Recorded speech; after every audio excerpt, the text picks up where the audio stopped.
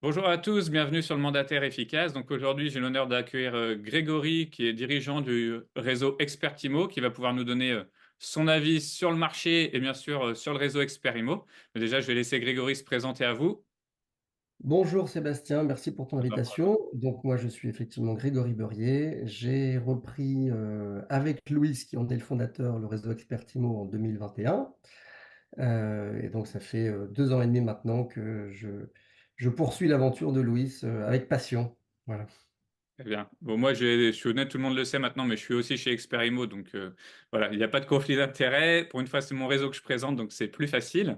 Et je voulais qu'on puisse évoquer avec Grégory plusieurs choses. Donc, bien sûr, le réseau plus tard, qui puisse nous parler un petit peu des avantages du réseau Expertimo, et en même temps qu'on puisse discuter aussi de sa vision du marché pour 2024, parce qu'on est encore en début d'année et tout le monde se pose pas mal de questions. Donc, qu'est-ce que tu en penses, toi, en tant que dirigeant de réseau?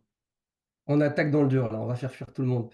Non, je pense qu'effectivement si on se contente de lire les journaux, eh bien, on est forcément très négatif sur 2024. Après, si on regarde si on regarde dans le rétroviseur, on se dit qu'effectivement, après 3 années exceptionnelles, 2021, 22 et 23, de début 2023 en tout cas, premier semestre, on a eu effectivement, à part cette petite parenthèse, plutôt des transactions qui se situent autour de 900 000, 850, 950 000 depuis 10 ans, si on regarde depuis 2011.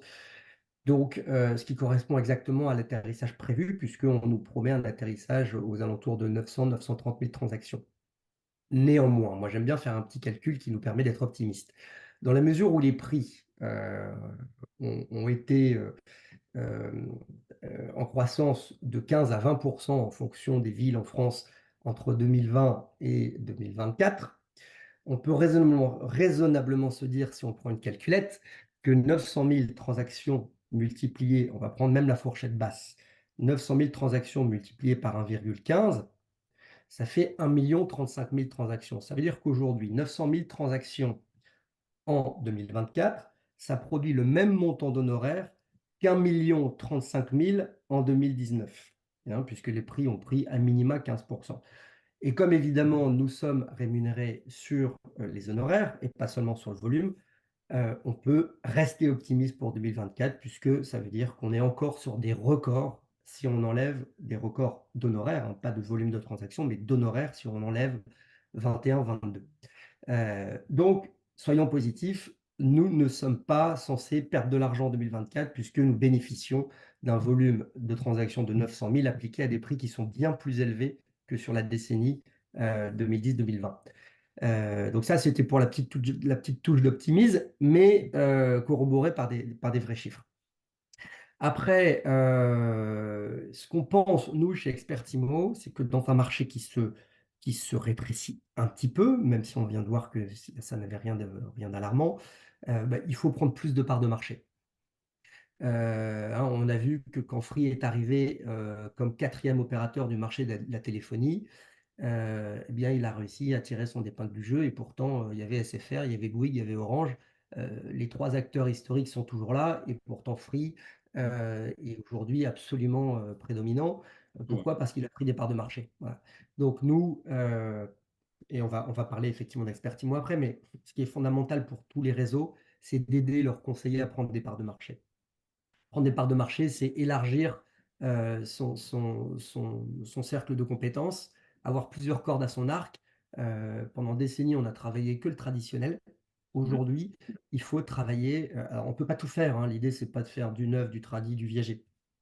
Mais avoir une deuxième corde à son arc, ça permet de prendre des parts de marché, c'est une évidence. Donc aujourd'hui, on a de plus en plus de conseillers qui font du viager, en plus du traditionnel, qui sont en plus coachés par un super coach qui s'appelle Sylvain Journet, qui a toujours été un expert du viager.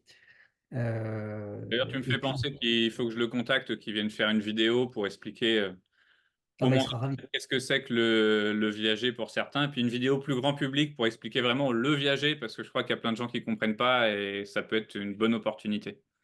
Il sera ravi. Il sera ravi. Donc voilà. Donc aujourd'hui, il faut absolument avoir une deuxième corde à son arc pour élargir sa profondeur de marché. Moi, je pense aussi en 2024, évidemment, à la gestion locative. Expertimo doit être un des rares réseaux immobiliers à avoir intégré sa propre équipe de gestion locative. Pourquoi on l'a fait? C'était pas pour avoir plus de monde dans l'équipe, c'est tout simplement parce que la gestion locative, c'est extrêmement chronophage et on part du principe qu'en dessous de 50 lots, c'est pas rentable. Mmh. C'est tellement d'administratif la gestion locative qu'en dessous de 50 lots, vous n'avez pas les équipes pour suivre et donc vous ne faites que de la gestion locative pour vos clients et vous ne faites pas autre chose. Chez Expertimo, vous faites la location, soit dit en passant, c'est quand même juste euh, euh, 30 euros du mètre carré pour une maison ou enfin pour un bien. Donc une maison de 100 mètres carrés, c'est quand même jusqu'à 3000 euros d'honoraires de location, c'est pas rien, hein, on parle pas Mmh. de pièces jaunes. Et tu le sais Une peut-être maison, pas, toi, tu le sais pas, Grégory. hein, Tu le sais pas parce que moi, je suis arrivé avant 2021 chez Expertimo, mais moi, j'ai rejoint Expertimo pour la gestion locative. mais c'est évident. C'est Voilà. évident. Je voulais en faire et j'arrivais pas à en faire. Chez Expertimo, celui qui loue 10 maisons de 100 mètres carrés en zone tendue, c'est 30 000 euros de revenus Mmh. de location. C'est énorme. Et par contre, effectivement, ce qui est un petit peu moins glamour, c'est toute la gestion client, la gestion des propriétaires. Et ça, c'est très chronophage. On le fait pour vous intégralement. On a 4 personnes qui sont dédiées à ça. Et malgré tout, on vous rétrocède 30% de la gestion locative. Donc, vous avez des revenus one shot extrêmement importants. Encore une fois, en zone tendue, 10 maisons de 100 mètres carrés, c'est 30 000 euros. Et des revenus de gestion locative à hauteur de 30%. On a des conseillers chez Expertimo qui génèrent 5 000 euros de revenus de gestion locative tous les ans. Mmh. Voilà, donc il ne faut pas le négliger. Donc, je ferme la parenthèse, mais oui, avoir une deuxième corde à son arc, c'est fondamental et on travaille énormément ça. Et on en est tellement persuadé qu'on a créé 4 clubs chez Expertimo qui sont dédiés justement à ces nouvelles verticales. Donc, il y a le club immobilier neuf, il y a le club gestion locative, il y a le club immobilier commercial et il y a le club viager. Un club, c'est quoi? C'est une personne qui va vous former toute l'année. Donc, en l'occurrence, pour le viager, c'est Sylvain Journet. C'est des outils spécifiques parce qu'on ne fait pas le viager comme on fait le traditionnel. Évidemment, il faut le barème d'Aubry pour calculer les sujets de rente viagère. Il faut MyNotary pour avoir une bibliothèque spécifique aux viagers, à commencer par le mandat qui est un mandat spécifique, le compromis qui est un compromis spécifique, et puis aussi des outils marketing, puisqu'il faut faire savoir à vos clients que vous faites du viager. Vos clients ne peuvent pas le savoir et donc c'est des posts, des flyers. Et donc tout ça, on a une équipe marketing de 4 personnes chez Expertimo qui aussi alimente le club avec des outils marketing qui permettent de communiquer. Et je dirais que avoir une deuxième verticale, ça apporte, ça fait plus que 1 plus 1 égale 2. 1 plus 1 égale 2 parce qu'évidemment, vous avez, vous faites du traditionnel et du viager, donc vous augmentez mathématiquement votre chiffre d'affaires. Mais je pense que ça fait 3 parce qu'en fait, ça vous donne une crédibilité. Aujourd'hui, pouvoir dire à votre client, bah, moi, je suis un vrai professionnel de l'immobilier qui sait tout faire, entre guillemets, en tout cas qui fait bien les deux verticales qu'il a choisi de faire, ça donne une crédibilité qui, à mon avis, vous fait signer plus de mandats sur le traditionnel. Oui, puis on a un certain retour. Tu fais de la gestion locative. À un moment donné, les gens, ils vont peut-être vendre leurs biens. Tu le récupères à la vente. Et je... Encore plus vrai avec le DPE. Si demain vous faites la gestion locative, on peut raisonnablement imaginer que vous allez le faire pour des investisseurs, Mmh. hein, puisque l'avantage de la gestion locative, c'est qu'une fois que vous avez topé avec un propriétaire, bah, tous les locataires du propriétaire, si c'est un investisseur qui a la chance d'avoir des sous et des biens immobiliers, bah, il va vous les confier. Et puis, à un moment donné, il va se rendre compte que son bien, il est classé F ou G et il ne pourra plus augmenter les loyers. Et bientôt, il ne pourra plus le louer. Mmh. Donc, on peut raisonnablement se dire que ces gens-là vont vendre avec des taux d'intérêt à 4%. Moi, je fais le pari qu'il n'y a pas un investisseur qui va financer des travaux pour son bien. Il va Mmh. vendre son bien et donc donner les clés au conseiller. Donc, celui qui aura choisi d'avoir une deuxième verticale, à savoir la gestion locative, il se retrouvera de toute façon avec plus de biens à vendre parce qu'il aura été en contact avec le propriétaire qui finira par lui donner ses biens à la vente plutôt que de faire des travaux. Et je dirais que les professionnels du bâtiment qui ont du mal à respecter leurs délais sont nos meilleurs avocats parce qu'aujourd'hui, il faut le vouloir pour aller faire des travaux dans un bien. Exactement. Et moi, je voulais rebondir en même temps sur ton petit côté aussi optimiste et de vouloir aller prendre des parts de marché. ne voulez pas arrêtez de vouloir toujours prendre des parts de marché sur le concurrent d'à côté. Il y a encore le particulier qui a toujours au moins 20 du marché immobilier, donc ça laisse une grosse part où on peut aller se battre avec eux. Les agences traditionnelles, elles travaillent pas comme nous, donc à nous de nous différencier et on peut leur prendre aussi des parts de marché, je pense. Et vu qu'on est dans un marché de crise, bah, l'avantage par rapport aux 3 dernières années aussi, je pense, on a moins de nouveaux mandataires à arriver sur le marché. Donc on aura aussi un peu moins de concurrents, donc à nous de nous démarcher un petit peu là-dessus. Je On pense a probablement l'année la plus difficile, devant nous. Heureusement, on a déjà entamé le deuxième mois, donc il en reste plus que 10. c'est ça. Heu, mais oui, c'est sûr que, 2025 sera certainement meilleur que 2024. Et moi, je voulais savoir, est-ce que tu envisages, au niveau du réseau ou comment tu vois, toi, surtout personnellement, au niveau de l'avenir, un petit peu les nouvelles technologies, quelle part elles vont prendre un petit peu dans notre marché immobilier? Que ça soit l'intelligence artificielle, est-ce que c'est déjà intégré? Est-ce que vous y réfléchissez? Comment tu vois que ça peut servir? Ou est-ce que l'humain va rester, le cœur du métier et ça serait pas mal? Alors je pense que je vais passer pour quelqu'un de rétrograde, désolé, mais il faut s'assumer. Non, je pense que l'humain restera toujours prépondérant. Heu, je vais faire un petit, je vais te raconter une petite histoire. Moi, quand je commençais à l'école et que comme tout le monde, j'avais pas envie de travailler, j'essayais de m'inspirer de choses qui avaient déjà été faites et puis évidemment de les changer pour pas être accusé de plagiat. Et en fait, je me rendais compte que tu passais beaucoup trop de temps, déjà à collecter l'information et puis à essayer de la transformer pour pas que le prof se rende compte que tu avais copié le truc qui existait déjà, ce qui t'aurait valu un zéro et peut-être même de te faire virer. Tout ça prend énormément de temps et surtout, je pense que quand tu pars de quelque chose qui existe déjà, tu n'arrives plus à te le réapproprier. Mmh. Donc non seulement ça te prend énormément de temps, mais en plus, il y a plus la patte de l'auteur. Et nous, on voit ça en ce moment avec les équipes marketing. On fait des gros efforts chez Expertimo pour essayer d'avoir notre image de marque qui passe aussi par des articles qui ont tous le même ADN, qu'on puisse vraiment retrouver la patte de l'auteur, comme un écrivain qui écrit son bouquin. Si tu pars de quelque chose qui existe, tu as du mal à avoir cette patte de l'auteur. Je pense qu'il faut évidemment s'inspirer, lire, des articles, s'inspirer de choses, puisque le savoir vient évidemment de celui des autres. Mais je pense que partir d'une feuille blanche quand tu écris un article, c'est fondamental pour pas perdre, l'âme de l'auteur, l'âme du réseau. C'est-à-dire que si tu prends on a effectivement, comme tout le monde, fait des cours d'intelligence artificielle avec ChatGPT sur le prompt. Alors déjà, tu passes 1 h 30 pour faire ton prompt. Tu peux te dire raisonnablement que plutôt que de travailler pendant 1 h 30 ton prompt, tu pourrais tout simplement commencer à faire l'article. En 1 h 30, tu peux faire un bel article. Bon voilà, ça c'est pour le côté rétrograde. Non, mais je suis assez Après, d'accord. donc je pense que voilà, que si tu veux faire des articles, ChatGPT, c'est pas ton meilleur ami parce que tu arriveras jamais à sortir, de ce qui est à la disposition de tout le monde et tu vas mettre plus de temps pour te le réapproprier. Encore une fois, un écrivain, c'est pas quelqu'un qui va aller copier, le bouquin de son collègue et qui va se l'approprier. Il n'y arrivera jamais. Par contre, ça peut être utile, pour des choses qui ne sont pas fondamentales, hein. L'image de marque d'un réseau, la patte de l'auteur d'un réseau, c'est fondamental. Ce qui n'est pas fondamental, c'est le compte rendu de visite.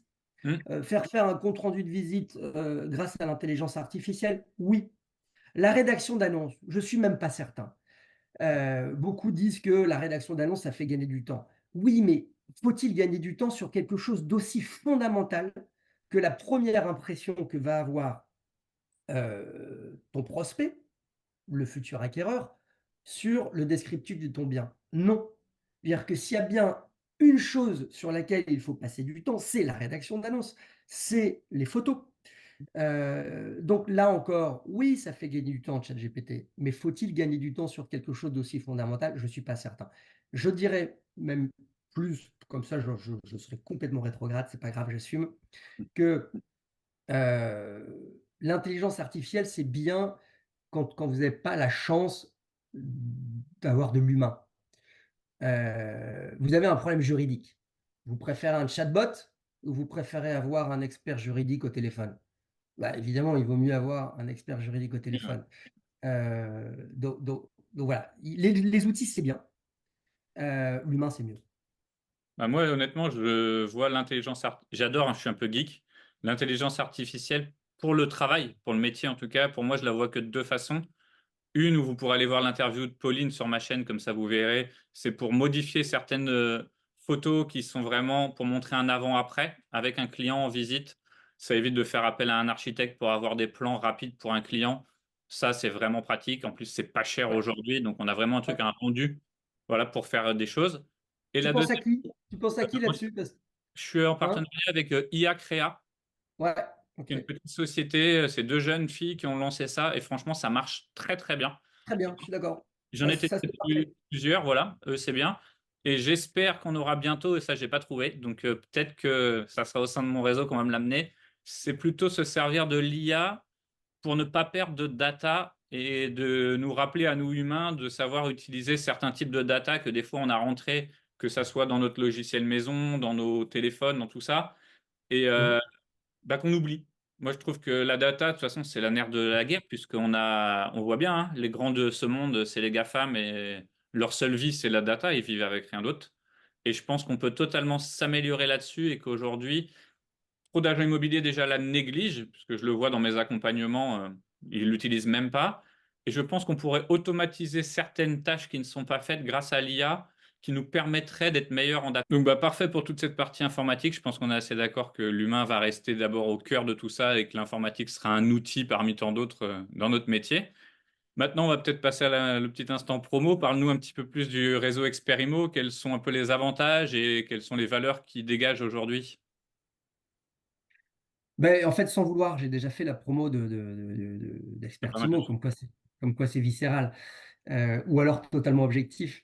Mais non, les avantages d'Expertimo, c'est que quand Louis a créé Expertimo il y a déjà 12 ans, euh, c'était euh, c'était vraiment en tant que professionnel de l'immobilier qu'il était, puisqu'il avait 3 agences, Louis, oui. au pied du Ventoux. Et donc, il s'est dit, mais voilà, moi, demain, si je veux faire de l'immobilier, qu'est-ce que je veux? C'est quoi la boîte idéale? Et en fait, il s'est dit, bah, c'est une boîte où je suis maître de mes outils, où je choisis pour moi-même ce qui est bon pour moi et je choisis ce qui va me permettre de faire mon activité comme je souhaite la faire. Quelque part, comme n'importe quel chef d'entreprise qui choisit ses outils, qui choisit ses collaborateurs, qui choisit son enseigne, qui choisit sa franchise, qui choisit. Et cette notion d'entrepreneuriat qui est très actuelle aujourd'hui, mais qui n'était pas forcément en 2009 quand Louis a créé la boîte, il était un petit peu précurseur. Il était précurseur sur pas mal de choses d'ailleurs, Louis, parce qu'il y a du télétravail chez Expertimo depuis 2015, et donc D'accord. bien avant le Covid. Il était aussi précurseur sur cette notion d'entrepreneuriat, de liberté et de choix. C'est fondamental et je dirais que moi, je me suis mis dans sa roue et depuis 2 ans et demi, on pousse ça à l'extrême. Chez Expertimo, vous avez le choix de tout. Vous avez le choix de votre enseigne. Un conseiller qui veut s'appeler Authentique Bassin, un petit clin d'œil à Karine, parce qu'elle a la chance d'habiter le bassin d'Arcachon, qui est un endroit exceptionnel, et qu'elle veut donc faire parler de sa localité pour faire parler d'elle, eh bien, vous pouvez le faire. Elle s'appelle Authentique Bassin. Donc, cette notion d'identité de marque, euh, vous pouvez l'avoir. Quelque part, Expertimo, c'est pas une enseigne, c'est un label. C'est-à-dire que vous pouvez avoir votre propre identité de marque épaulée par Expertimo, un petit peu comme Relais Château. Je ne sais pas si vous connaissez ce magnifique branding Relais Château. C'est pas une enseigne. Relais Château, c'est les plus beaux hôtels de France, du monde, qui viennent quelque part chercher une accréditation qui s'appelle Relais Château. Eh bien, c'est un petit peu ce qu'on veut faire. Donc, le choix, c'est le choix de l'enseigne, c'est le choix des outils. Moi, je dis qu'on est auditeur, c'est-à-dire que tous les ans, et pour le coup, on ne doit pas avoir d'état d'âme, on doit référencer les meilleurs outils du marché. Et puis, comme on est en 2024 et que tout bouge très très vite, les meilleurs outils de 2023 ne sont pas forcément les outils de meilleurs outils de 2024 et ça va encore changer en 2025. Donc, il faut effectivement là-dessus sélectionner les meilleurs outils, ne pas avoir d'état d'âme, prendre les meilleurs outils chaque année et puis en référencer 3-4 dans chaque domaine pour que le conseiller in fine puisse choisir pour lui. Donc nous, notre rôle, c'est quoi? C'est d'auditer les meilleurs outils du marché, de les mettre dans une bibliothèque à votre disposition et que vous puissiez les choisir. Et puis évidemment, comme on est maintenant bientôt 1000, ben, on les a au meilleur prix.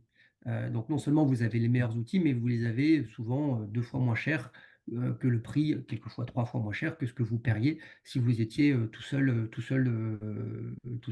à négocier avec tel ou tel partenaire. Donc il y a un côté central d'achat Ouais. et il y a un côté sélection des meilleurs outils pour vous les mettre à disposition. Ça, c'est très important. Et puis, petit exercice de transparence, euh, très sincèrement, je pense que plutôt une, euh, c'était plutôt une contrainte pour Louis en 2009 quand il a créé le réseau, de travailler avec d'autres, Mmh. de ne pas avoir son propre logiciel, de ne pas avoir euh, ses propres avis de valeur, de ne pas avoir ses propres avis clients. Vous savez, aujourd'hui, on a été pendant une décennie, 2010-2020, où on voulait tout faire, on voulait tout verticaliser.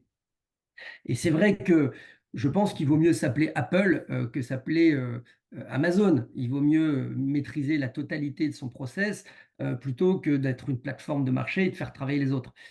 Je pense que dans l'immobilier, c'est pas possible d'être Apple. Tout le monde voudrait être Apple, mais c'est pas possible. Tout est beaucoup trop technique. Vous pouvez pas produire vos avis de valeur, produire vos avis clients, produire votre logiciel métier, produire. Et d'ailleurs, quand on regarde les grands réseaux, ils en reviennent. C'est-à-dire qu'ils avaient essayé pendant 10 ans d'agréger le maximum d'outils et de faire un package euh, parce que je pense que c'était aussi une manière de dire bah, moi je fais tout pour vous. Mais on se rend compte aujourd'hui qu'en en fait on n'a pas envie d'avoir un gros package d'outils qui sont pas les meilleurs du marché. On a plutôt envie d'aller chercher le meilleur de la pige, le meilleur de la vie client, le meilleur de la vie de valeur. Et en fait, le- le- pour moi, le boulot d'un réseau, c'est d'avoir un outil qui va faire parler tous ces outils qui sont ultra exigeants et qui doivent se parler. Et en fait, le job d'un réseau, ça doit être de faire parler des entreprises qui, sur le papier, ne se parlent pas, puisqu'elles n'ont absolument rien à voir les unes envers les autres. ImmoAdvisor pour la vie client n'a rien à voir avec Priceable pour la vie de valeur. Mais ce sont des entreprises qui ont des compétences qui n'ont rien à voir les unes envers les autres, puisque ce sont des métiers qui sont complètement différents. Par contre, le rôle d'Expertimo, c'est de choisir les meilleurs dans chaque domaine et de les faire parler via notre extranet qui s'appelle Expertimo on Cloud, que tu connais, et Mmh. qui permet justement d'aller sur ces différents outils d'une manière assez ludique, assez pratique, mais quand même de toujours aller chercher le meilleur outil sur l'étagère, plutôt qu'un outil qui ferait tout, mais qui ferait tout mal. Voilà. Et donc je pense que ce qui était une contrainte, pour être tout à fait transparent en 2010, est une véritable force. Il y a cette culture chez Expertimo d'aller chercher le meilleur outil et de les connecter les uns avec les autres via notre plateforme. OK. Puis c'est vrai que moi, bon là je suis client, donc là je peux en parler plus que des fois avec les interviews de d'autres chefs de réseau. L'avantage, c'est qu'on a plusieurs choix dans notre façon, par exemple, tu parlais des avis de valeur, il y a Priceable, il y a Yanport. On peut Ouais. choisir, on n'est pas tous, en tant que mandataire, on est des êtres Il y a humains, donc Gestimo maintenant depuis un mois. voilà, donc il y en a plusieurs et à nous d'aller piocher celui qui nous plaît et s'ils nous plaisent pas, et ben, on peut aller en prendre un même, ailleurs, ça pose de problème à personne. Bon, quand on le prend ailleurs, il est pas prénégocié par Expertimo, donc on n'a pas les mêmes prix, mais voilà, on peut choisir, contrairement à d'autres réseaux où c'est un petit peu imposé, là, on a du choix, voilà. Et ce qui est important, c'est d'aller sur Expertimo Cloud, d'aller dans l'espace e-learning tuto. Et Mmh. puis là, vous allez avoir le tuto de Gestimo, le tuto de Priceable, le tuto d'Ianport. Et puis vous allez faire vous allez pouvoir vous-même vous rendre compte de ce qui est bien pour vous. À commencer par le design. Est-ce que je préfère le design Ianport ou est-ce que je préfère le design Priceable? De toute façon, ils sont tous leaders. Je crois que Priceable est le leader européen et Ianport est le leader français. Mais ça peut être une question de design. Est-ce que je préfère le design de Priceable? Dans ce cas-là, je prends Priceable. Quelle est la différence de la fourchette de prix? Est-ce que je préfère une fourchette de prix plus étroite ou plus large? Il y en a qui vont préférer une fourchette de prix. Bon, donc ce qui est important, c'est de choisir. Et c'est pour ça qu'il faut qu'on documente chaque outil, ce qui est fait dans l'espace tuto.